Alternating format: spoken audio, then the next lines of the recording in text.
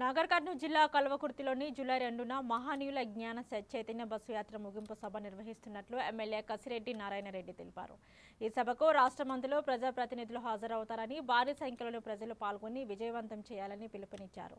అలాగే హెచ్ఏఎం పథకం కింద నియోజకవర్గంలోని 28 బీటీ రోడ్ల నిర్మాణానికి అనుమతులు లభించాయని, సుమారుగా 160 కిలోమీటర్ల మేర రహదారులు అభివృద్ధి కానున్నాయని వెల్లడించారు.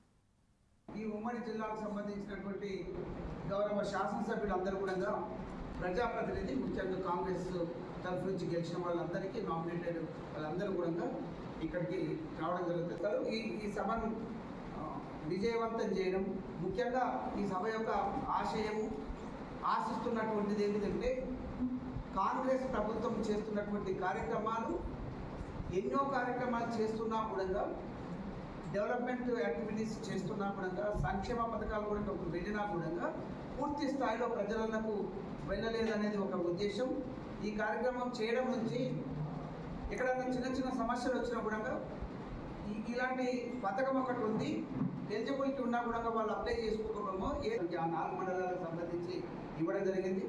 పార్లమెంట్ సభ్యులు డాక్టర్ మల్లురావు గారి తరఫుకెళ్ళి, మా తరఫుకెళ్ళి నేను ప్రజలందరినీ కూడా కోరుతా ఉన్నా. ఇక్కడ ఉన్నటువంటి నాయకులు కూడా ఇదంతా బాధ్యతగా తీసుకొని మనం చేసే పనులను కరెక్ట్గా చెప్పుకోవడానికి అవకాశం ఉంటుంది. మనకు కావాల్సిన పనులను కూడా అడగడానికి